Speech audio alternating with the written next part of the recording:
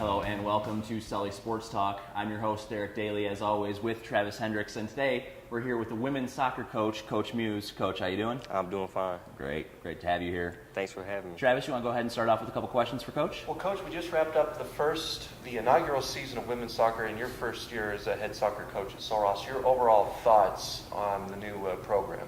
You know, I think that we had a great season, considering all the circumstances with us being a new program in a very tough conference, kind of assembling the team. I wouldn't say at the last minute, but not getting not getting a good chance to just recruit. And I thought that, as a first-year program, we did a good job. The girls played hard.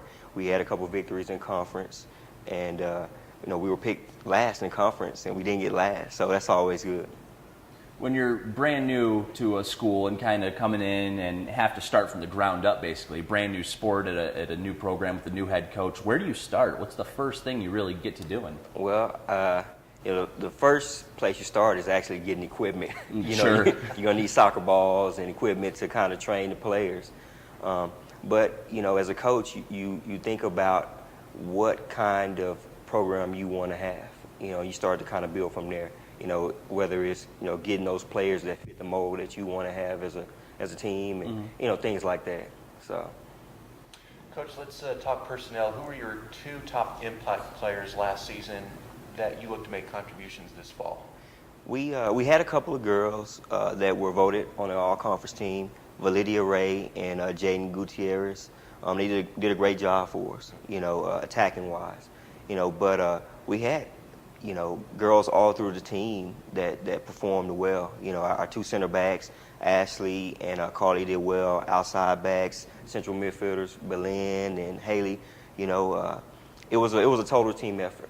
It was a total team effort, and that's what's needed, in this game, especially in this conference. So, but as far as players that were recognized by the conference, yes, Val and Jaden did a great job, and I'm looking for those two ladies to, take a leadership role and kind of push us further into the conference success. You talked earlier about finding players that fit the mold. What is the mold exactly? Each coach has his own philosophy. Sure. From football to soccer to basketball, whatever. I look for players that are confident on the ball, that can pass well, that are dedicated to playing the game the correct way. That's my mold. Sure. On the field. Off the field, I look for players that are, strong mentally, that are focused on becoming better people, in general. Sure. If you have that type of motivation, it kind of extends over not just into the sports, but into the academics and things like that. And that, if you don't mind, that kind of leads me into my next question. You played football and soccer in high school as well. You're kind of talking about that, the mold mentality kind of overall. Do you see any comparisons to football and soccer, or not at all? Again, it depends on the coach. Sure. Some coaches take a football approach as far as like with the intensity, of the training sessions and the games. I'm the opposite. I want to give my players the confidence to go out and execute what we've worked on in training throughout the week. Sure. I kind of look at the games and things like that as an opportunity for me to just kind of sit back and, I guess, not gloat, but like watch my work. Sure. Watch my work. You work hard in the training sessions. So when you get onto the field, you make adjustments during the games and things like that. Similar to football, but soccer is more of a free flowing sport. Sure. And so there's no timeouts, and so the adjustments, a lot of adjustments are made by the players. Right. Coach, you started the season in an exhibition game beating a D2 opponent in UT Permian Basin. Talk about what kind of confidence booster that brings to the team early in the season. Again, anytime you win a game as a first-year program, it's going to give you tons of confidence. That was definitely a good moment for not only the program but for the school. Being the university never having soccer before, and to go out and the first competition, to get a win against a Division II scholarship school. So it definitely helped propel us, to the conference schedule. Like I said, the girls, they did a good job in preseason. They came in, most of them came in pretty fit, and they were dedicated to, making history. We set goals, as players individually and as a team to kind of make a mark in the conference, and I think that we definitely accomplished that. So, Talked about, the mentality of players and dedication. How big is stamina and stamina training in a sport like soccer where you're just running constantly? it's big. Sure. It's really big. Especially with us being at the elevation that we are. I'm not going to disclose it because the other coaches will know and kind of prepare. But Top secret, we're top secret. Being at a totally brand new program. I said I wanted to make the field big, so you combine the big field with the elevation, something that gives us a little bit of an advantage, Sure. Home advantage. I train my girls in this elevation all the time, and perfect example is we go through preseason and we go to UTPB, and the girls get down there and they're like, hey, I can breathe, coach. This is awesome, so, stamina plays a major part in Sure. it. Well, I just drew a comparison to football right there, similar to Mile High Stadium in Denver. Right. High elevation training. It's Yeah. very similar. It is. Coach, what's been your theme for recruiting during the offseason? Obviously, you want players that will help build a program athletically, but what kind of mentality do you look for in a prospect? Hard workers. There's no substitute for hard work. Our season this year was basically built on hard work.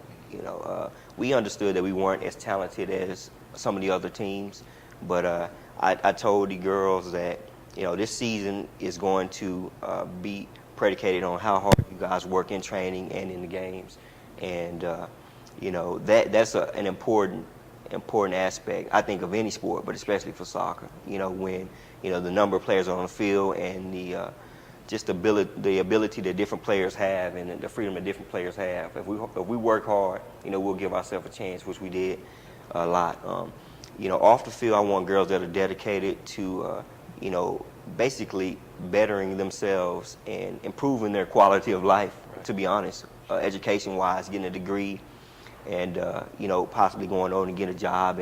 And on the field, I want to help them become mature, responsible young women that will represent the university and represent themselves and their families well. So that's what I'm looking for. And that's a great philosophy to have. There's so much more to being a coach than just winning games, as you just stated right there. Talk a little bit about that. Well, you've always seen, illustrations where you have players that are bad apples, I guess. I think that if you get individuals, my personal Sure. Opinion is if I have individuals that are dedicated to, doing things the correct way on and off the field, it's going to be easy for me as a coach to reach them and give them the opportunity to be successful on the field and off the field in return. So, everyone's going to have, I guess not problem players, but players that kind of buck the system. Sure. But at the end of the day, if everyone knows their responsibility on and off the field, I think we'll be fine. Coach, discuss a little bit about the competition in the American Southwest Conference. As a first-year head coach at Sul Ross, were there some things that surprised you about the level of competition in this league? I was very surprised. A couple of the coaches I have seen before on the recruiting trail and kind of spoken with them and, kind of checked out their programs and things like that. I think Division III gets a bad rep, because when you look at it from an athletic standpoint, from an athlete standpoint, most of the premier athletes are going to the Division I, big-time Division II levels. But this conference has some amazing players. This is, throughout my coaching career, whether it's high school or club or whatever, this has been the only time where every team has at least two players that are game changers. Right. Not two players that are better than other players on their team. Every team has at least two players that can win a game for them on any given day. And that's something that's kind of, deals with the sport. Soccer is, like I said, free flowing and things like that. But to have teams, kind of being neck and neck, as far as talent wise, having those players. We had two players as a first year program, two players all conference. Ozarks had great players. Hardin Simmons is a great all around team. UT Tyler, those are some good programs. But you'd ask those other coaches the same thing, and they say, hey, Howard Payne has a girl that if we fall asleep, she can put a couple goals in on us, and we're on the other side of the score. So I was very surprised, and the soccer is good. It's not a, kickball. Teams play possession.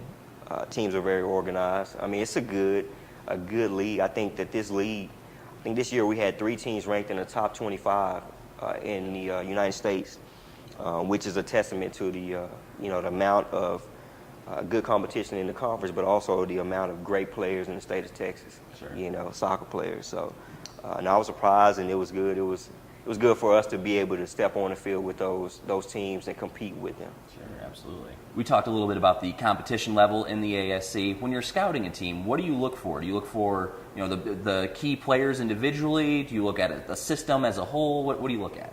Well, like I said, each team had a couple of players that were dangerous and that could win games for each individual team. Mm-hmm. What I'm a little bit different. What I look for as a coach is I look for opportunities for my girls to be successful, whether it's defensively, attacking wise. So it's harder for some of the better teams like the Hardin Simmons and the Tylers to find weaknesses in their teams, but I still try. Mm-hmm. Just because I want to.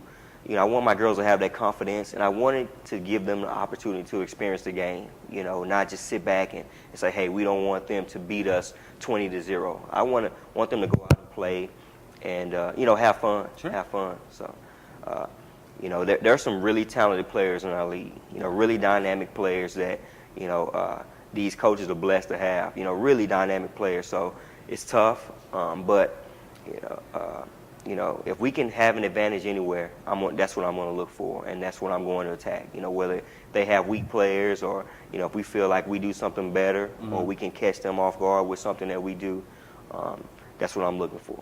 Trying to give us a good chance to be competitive throughout the game. Sure. You touched on Hardin Simmons a while ago, Coach. Obviously, they're the team to beat, but what are other teams in the conference that'll have a target on their backs for this fall? Quality teams throughout, Hardin Simmons, of course. Coach Wood, he's a great guy. He's been pumping out championships, from years, ever since I think he's been at Hardin Simmons. So they're always going to be a contender. UT Tyler has a great group of girls. UMHB, which was really, I didn't know too much about them, but they were really, really competitive. They had smart soccer players. Ozarks had a couple good players. They were really smart. I mean, 8 teams make the conference tournament. We have 13 teams. And, up until the last week, I want to say there were about 4 teams that had an opportunity to go from 6 to 8, in the conference. And so we were one of those teams, like I said, which is awesome as a first-year program. Soccer is the #1 sport worldwide, but it hasn't really caught on too much in the U.S. up until recently. In 2014, the U.S. national team went to the World Cup and had an unprecedented amount of support, in the nation. Do you see soccer growing since then? Do you see the amount of participation getting up there now? I think soccer has been on a steady incline. Sure. For really about 10 years. Mm-hmm. And a lot of it has to do with the success of the national teams. Mm-hmm. They've been doing a good job, and different communities, different organizations are starting to create different soccer leagues throughout the country, even in rural towns like Alpine or, mm-hmm. or whatever. So, like I said, I think it's been on a steady increase, more television exposure, not just for the professional game, but for the college game also. Mm-hmm. And that's, of course, probably a credit to technology. Right. But it's been on a steady incline for the past 10 years, and it's just awesome to be able to be a part of it. Sure. Coach, my final question. On a personal level, what drew you to apply to the coaching job at Sul Ross? When Sul Ross came open, I got a call from a coaching friend of mine. He knew that I wanted to get into head coaching. I've been assistant coach for majority of my life. Right. And I started to, look at the school and talk to different individuals about it. I talked to a mentor of mine, Doug Elder, mm-hmm. at Midwestern State, and he told me about this program, about the situation. It being a first-year program, never having soccer before, that's an ideal situation for a first-time head coach. And like I mentioned, everything from the size of the field to the construction, everything is under my control. There's no one I had to kind of live up to as far as the expectations before me. Right. As a first-year coach, that's awesome because that's not a pressure that I had to deal with. Now my job is to create that pressure, for someone else setting the 20 bar. years down the line. Yes, sir. Yes, sir. So, no, it was a very unique opportunity. You see the campus, the academic buildings, and the other facilities. Not only the soccer facility, they're awesome for Division III. And it's a really good place to be. I think that it's a hidden treasure, and with our athletics doing a better job in each sport, we're going to get found out, and kids and students are going to want to be here and be a part of the programs and be a Lobo. So I'm excited. How's you and your family settling in West Texas? How you liking it? It's it's different. Sure. It's different. Yeah. We're originally from Dallas, Yep. and so we went to Arkansas. I was at Ouachita Baptist Division II school, and so we went from Dallas City to up to Arkansas. More trees, not as busy, and then we come here. I tell my wife I think that God was preparing us for here by taking us to Arkansas. Because if we would have came from Dallas to here, Right. I probably would not have my family. So Kind of ease into it. Yeah, Right.